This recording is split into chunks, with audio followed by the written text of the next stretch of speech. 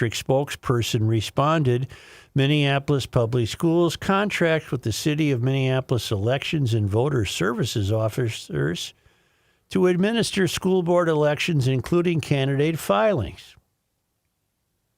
What? In other words, they didn't answer. Alpha News also reached out to U.S. Immigration and Customs regarding Cerillo. An agency spokesperson issued a vague response saying, we have no reason for ICE to investigate her. All right. Cerillo recently drew attention from social media account Libs of TikTok, which posted her comments and tagged the Department of Homeland Security. Cerillo, Trump's white supremacist administration. Okay. Alpha News reported earlier this year that Cerillo posted a profanity-laced rant against Trump and his efforts to deport illegal immigrants. Shortly after the school board voted to reaffirm a 2016 resolution pledging not to collect or share information about the immigration status of students or their families with ICE. So not only is the whole city leaning towards the Fateh ideology of we don't want anything to do with it, the schools have already also created a pledge where we don't want it. We're protecting our illegals. We must stay united against the white supremacist administration, Cerillo said. All right. She doesn't have anybody close to her, Joe, that'll tell her, shh, just stop talking. She's not comfortable in white neighborhoods. Now, that's what doesn't make sense to me. Well, and she also said she received a much better education in Mexico than in the U.S. Why in the hell doesn't she go back to Mexico then? If she's not comfortable in white neighborhoods, how does that make her a global citizen of the world with no countries and no borders? I would assume she would be comfortable anywhere she lands, anywhere she hangs her hat. She's another failed academy victim of the corruption of ideology. She's meaningless. She is no help to the average student in Minneapolis. She shouldn't be serving on the school board. She doesn't believe in countries, borders, or flags. She's terribly self-important. And it's just a shit. But this is what school boards have, and the voters are always asked to go to the polls and vote them more money. This is the kind of people you trust to create a school board budget? They're not capable of doing that. She's so absurd to me that she almost seems like a Russian bot that works on the internet and on social media to encourage strife and dissent. I mean, everything she said was absurd. I've never heard of her before. This is just an Alpha piece that caught my eye today, and I just saw, well, geez, lady, you're kind of a weird school board member. You don't like white people. You don't believe in countries, borders, or flags. And those two things work against each other. You think Trump's a white supremacist. You think white people are white supremacists. You don't like white neighborhoods. You're full of BS, lady. You're just a crackpot. Is she illegal? She seems like she's illegal. Yeah, why she's worried about being deported, then maybe she's not here legally. It sounds to me like she's a candidate to self-deport. In fact, Adriana, if you do that now, I think the white supremacist Trump administration would give you a plane ticket and $1,000. What are you even doing here if you hate it so much? Yeah, go away. We don't want you. I'm a white supremacist. Go to some other country without borders and flags and white people. And in fact, if you return to Mexico, Ariana, they have a flag and they have a border. Well, that's why she left. Well, I don't know where you're going to go to find this. Such a confusing person. I don't understand you. Isn't that something? This is the school board. In St. Paul, you got a school board member who created a race mini riot out of whole cloth. Chantel Allen? Yeah. They're none of them are capable of the business of running a school board. None of them have any knowledge of budgets. None of them have any knowledge of anything except their own self-importance. They're all activists. The voters have surrendered everything. You've surrendered the schools, you've surrendered the city council, and you've surrendered the mayors. And in the case of Walz, you've surrendered the governorship. And in the case of the legislature, you've surrendered the legislature. And in case of the state flag, you surrendered the state flag. Now, Not we didn't my get to flag. vote on that, did we? No. No. You barely asked about it. Why don't I tell you about Precision Door? Take a break, and we're going to have, Lunch. we're going to call Jacob Hill, who, well, I'll get to it with him on the air. Right now, I want to tell you before the weather turns terribly cold, get your garage door maintained so you don't have trouble this winter. If you need a new door, call Precision Garage Doors. They have models for every budget. GLers get $100 off a single door, $200 off a double door. A designer comes out, they have the free consultation, you pick it, bing, bang, boom. If you like your current door, but she's acting up, or you want it tuned up before the snow hits, Precision Door is offering a noisy door tune-up special for $149. That's usually $290, and you get a 25-point safety inspection.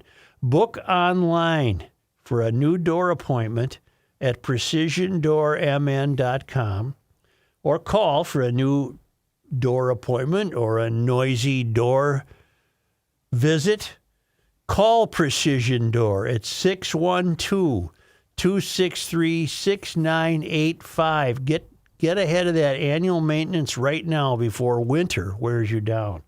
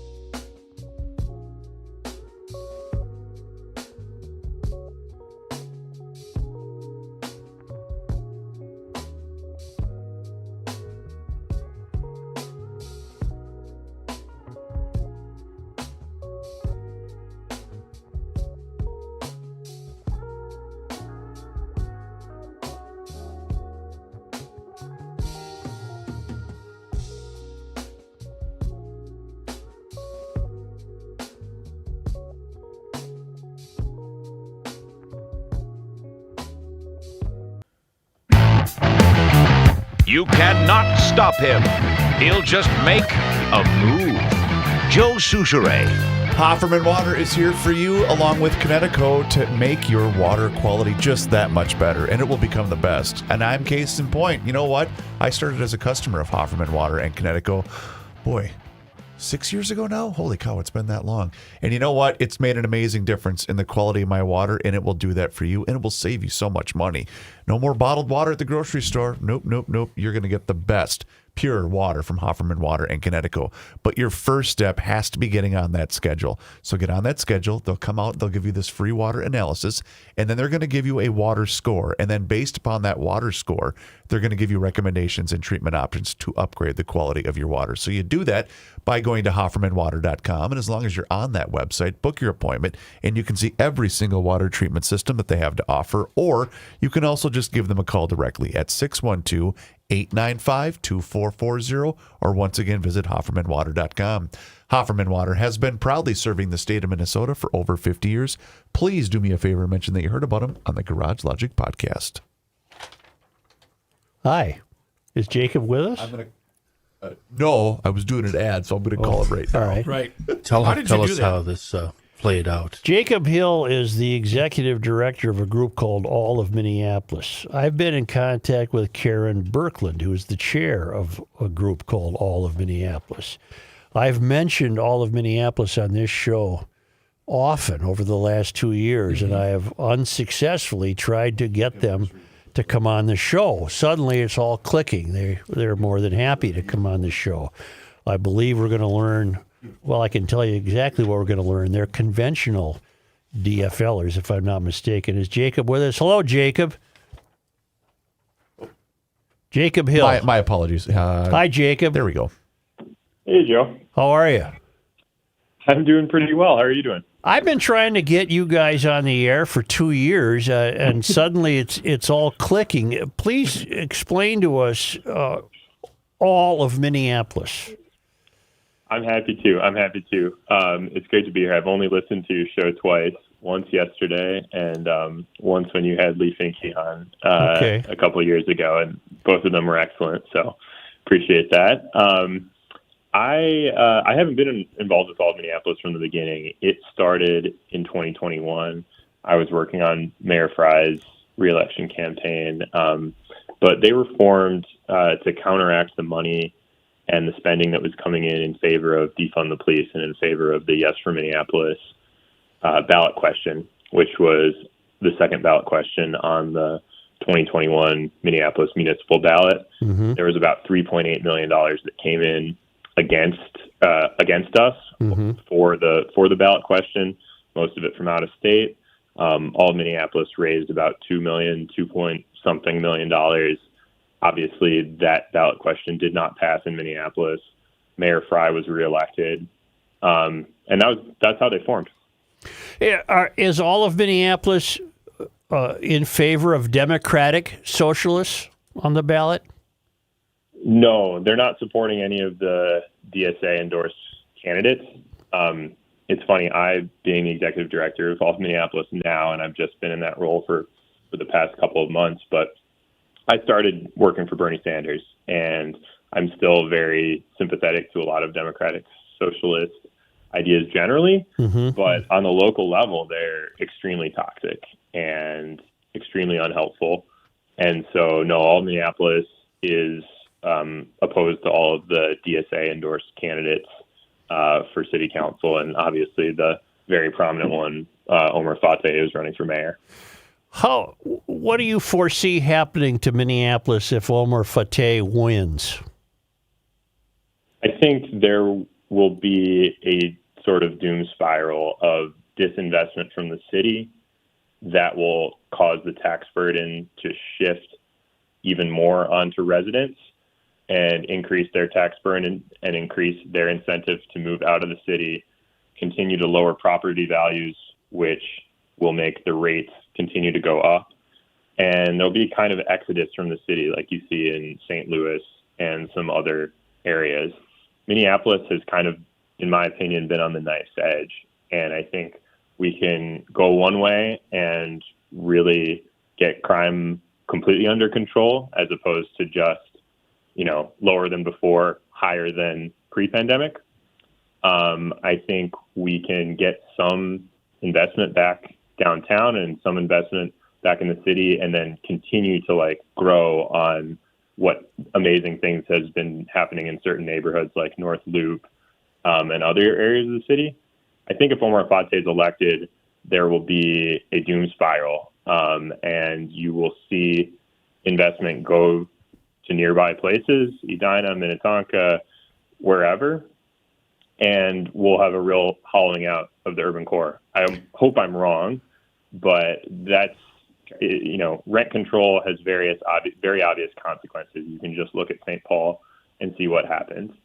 And the policies that he's proposing and his lack of support for policing, I think it's a really bad picture of what could happen if he's elected. You said a moment ago that you're sympathetic to not many. You're sympathetic to some of the Democratic Socialist ideas, but you said here it's particularly toxic. Why do you think that's particularly toxic here? I happen to agree with you. I find it deplorable. But what is so toxic about it here?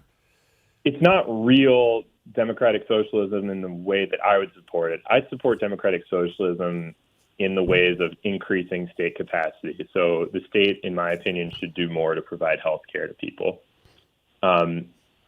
What we see on the local level is kind of an inversion of that, where we reduce state capacity. We say less money for police and more money for violence interrupter groups, some of them who do great work, but more money for nonprofits who don't have to work all night or aren't accountable to specific metrics. So you're actually taking money out.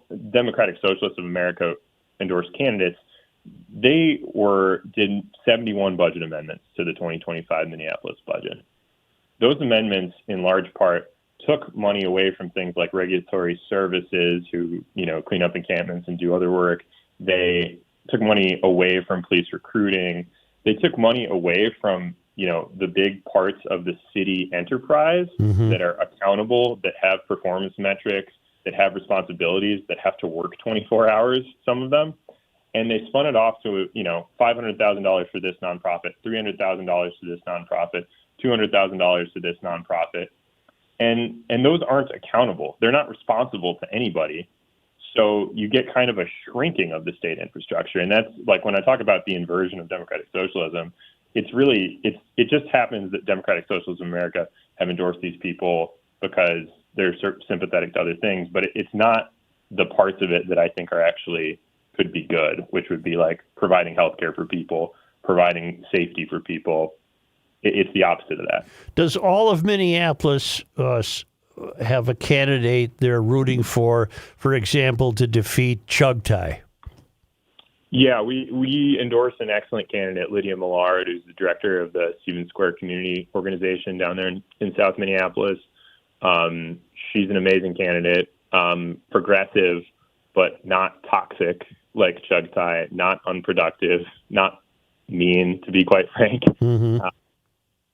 How about Robin Wansley? Do you have someone in mind to replace Robin Wansley?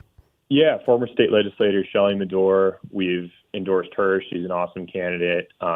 She's a disability advocate. Another progressive person that I think would also get that ward some much needed advocacy, and somebody who will tell the truth and not just be.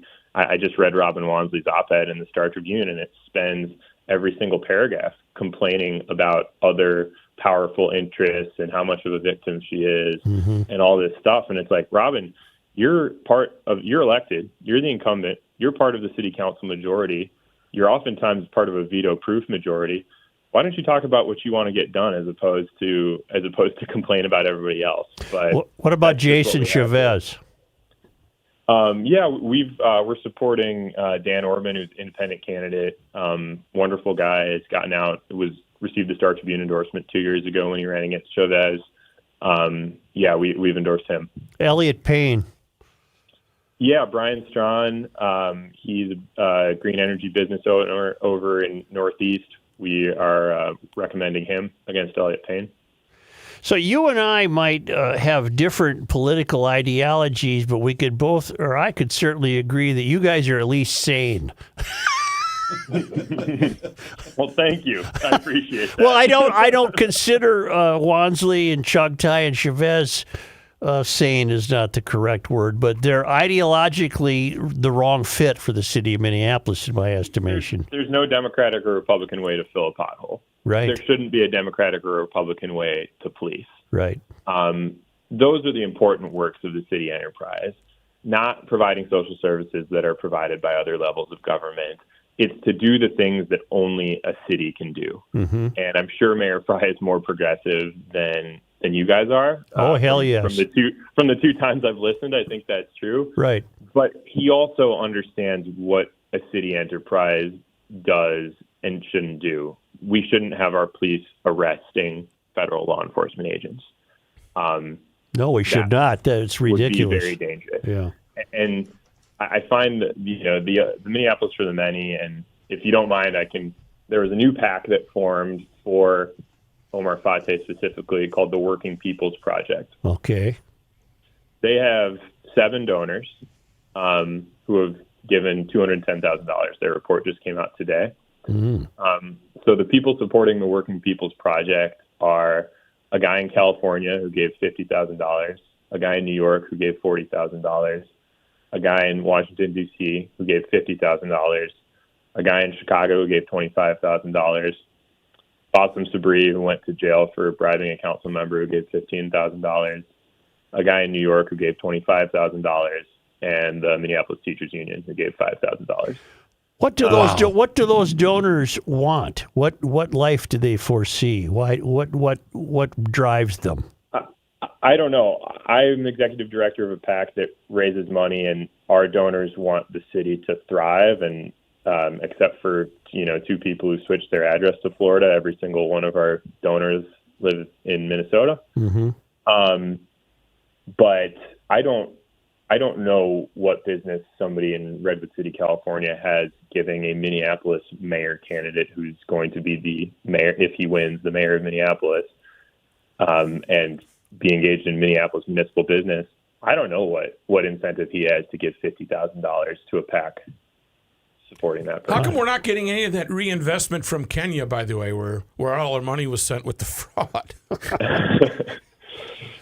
Yeah, I don't know. I have no idea. Do you like Fry's chances? Do you know something we don't? Is there a reason to hope here? Our numbers have been really consistent, and we've done a poll, and we've done polling in each of the wards that we're targeting in the council race. And we've done continued calls, and Fry is winning the first choice race by 10 to 15 points in all of them. He's in the low 40s, and Fateh is in the high 20s. The other two candidates who have, support, Dwayne Davis and Jazz Hampton, who are to the left of Fry, but not quite as crazy as Fateh. Mm-hmm. They have about, 10 or 5% typically. Mm-hmm. I don't think they're going to roll up via ranked choice voting. I don't think they're going to roll up neatly to Fateh. So I would give, Mayor Fry a 80% chance or so at this point. Mm-hmm. But it is a question of turnout. It is a question of the electorate. It is a question of just making sure that every single person is aware of this election and realizes how critical it is to the future of Minneapolis. And as goes Minneapolis, goes this region. So now that we've broken the ice, maybe we'll talk again. I'd love to come up, maybe even before the election. Would that be okay? That would be great. I had a lot of fun. I would like to get into the nitty-gritty more. So that would be great. I know today was on short notice. I'll do some more homework. And yeah, Kenny, you have a question for I Jacob. do. You were involved in Fry's run in the past, and my question is about the advisability of Fateh talking about arresting feds. Do you think that actually resonates with enough voters to make a difference? Because to me, that seems like the dumbest thing you could possibly say while running for office. There are people that are looking at what's happening in Chicago and looking at what can happen here, and they're, in my opinion, justifiably saying, what can we possibly do? And I know you guys may not agree, but I think there are some bad things going on at the federal level that are rightfully making good people concerned. And I think it's up to our leaders, which includes Mayor Fry, includes Omar Fateh, to have the discretion to say this would make things worse or this would not make things worse. There were people justifiably upset, as I was, after the murder of George Floyd. And if you want to call it the killing of George Floyd, whatever. But after George Floyd was, in my opinion, murdered, there was justifiable anger. And Mayor Fry stood up and said, when there were 2,000 people at his door, defunding the police would make things worse. It's not the right way to go here. Right. And it's on our leaders to say, whether you're Democrat, Republican, Independent, or something else, even though this idea is coming from our side, it's a bad idea. And Joe, you did a great job of it yesterday. Even though, Donald Trump is talking about how tearing down East Wing of the White House and building a ballroom is a great idea, even though that idea is coming from your side, it's a bad idea. Mm-hmm. And Mayor Fry, in the most critical moments, has been able to do that.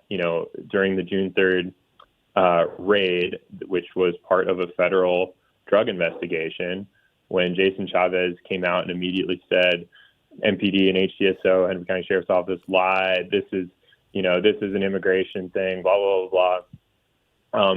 It was leaders, Mayor Fry, Chief O'Hara, Sheriff Witt, who stood up and said, no, this was what this was. Right. It was not what you're saying it was. And you need to not go in and interfere in a criminal investigation. That's what when Mayor Fry says that to Omar Fateh or to anybody who says you need to go arrest federal agents, that's what leaders should do on both sides. When somebody on the extreme of our side has a bad idea, we should shoot it down, because at some point, somebody is responsible for making these decisions. Mayor Fry is the leader of the city. Omar Fateh is running to be the leader of the city. And I think only one of them has shown the leadership to say, this is goofy, this is crazy, this would make things worse, and this would get a lot of people killed. Right. I agree with you. It's a great answer. We're going to remain in touch, sir. All right. Thank you very much for having me. Thanks, Jacob. All right. Jacob Hill take is the executive director of all of Minneapolis. They're the sane socialists. Right. Well, there is such a thing. We're learning. This portion, which would normally be John Heights Newscast, was brought to us by our friends at North American Banking Company. All right.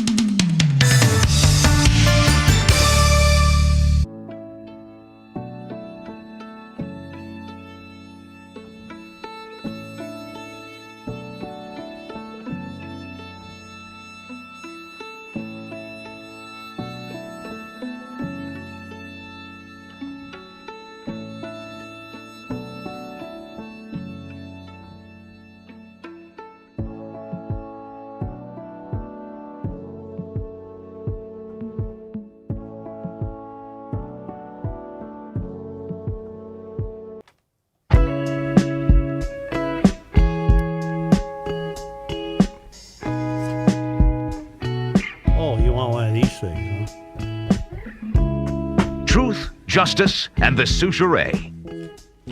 I don't know. You know, I can tell you why it took so long to talk to those all of Minneapolis people.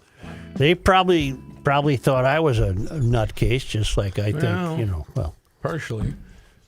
I'm a they wouldn't be sane, I'm wrong. like them. I'm a sane nutcase.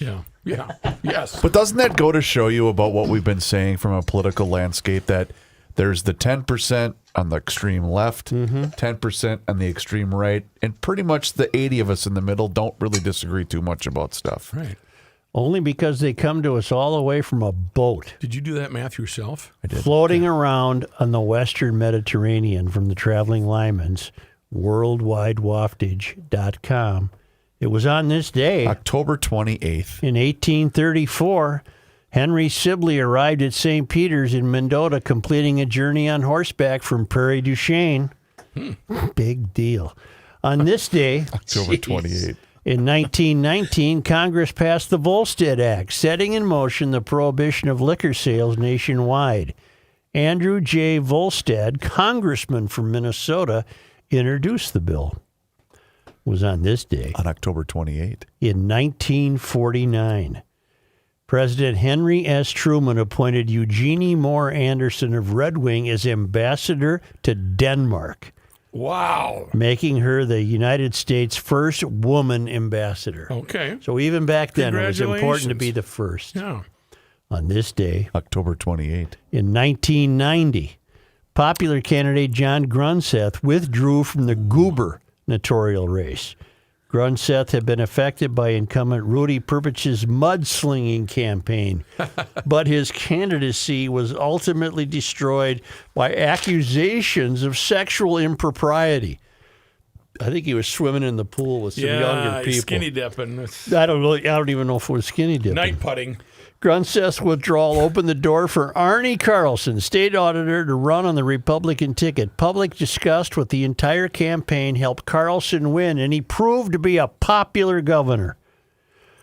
On this day in sports disappointment history, Can't be that disappointing. And he was so fiscally responsible, Governor Carlson, he was popular. that when he left the government, he said, no more governor pension. I'll take the last one. Who, Arnie said that? Yes. On this day in sports disappointment history, October 28th. the North Stars traded Bobby Smith Ooh, I remember in that. 1983. Did he end up coming back? I don't think so. I don't think he did. He went to Montreal. On this day, October 28th. in 1984, Archie Manning made his first start for the Vikes. He was sacked 11 times by the Bears. Do you remember the great quote? No. It was, I forget if it was Dan Hampton or Steve McMichael, because we had him on when I was doing the show with Judd, and he said, Archie, it's not personal, it's just business. Well, they basically knocked the crap out of him.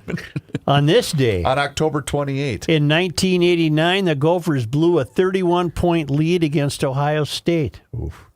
And finally, on this day, October 28th. in the year 2000, the Gophers blew a 21-point lead against Northwestern and lost on a Hail Mary pass. I remember that one. So those were some disappointments. Yeah. That's and wherever you look in Minnesota, you can find sports disappointment. Did the Timberwolves win last night? They did not. Okay, there's another one. They lost to the Denvers. All right, thank you, GL. Didn't we win the World Series on this day? 91? It was yesterday. It was yesterday. Yesterday. That's right. Okay. Hey, do us a favor, if you haven't done so already. Hit the subscribe button on the Garage Logic YouTube channel. That's right, Garage Logic is a YouTube channel, and when it doesn't freeze up, it's there for you to watch the show each and every single day, starting right around noon, and there's also full segments. There's video shorts, there's behind-the-scenes footage. It's all there for you, an extended library. Just search Garage Logic, 2 words, on YouTube. And you can also search for us on all of our social media channels, which includes Facebook, Instagram, and X. And you can also sign up for the Daily Logician. That's an email that comes right to your inbox each and every single day, and it includes the most recent episode of the podcast. Find out more and sign up today at garagelogic.com.